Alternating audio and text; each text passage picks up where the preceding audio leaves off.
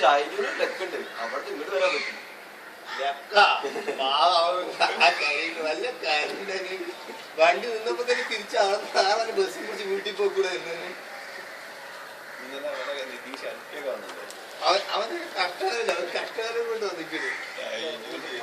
കഷ്ടകാലത്തിന് കാശും കൊടുത്ത് വാങ്ങി വന്നിരിക്കണേ വല്ല കാര്യം ഉണ്ടായി എല്ലാവർക്കും തന്നെ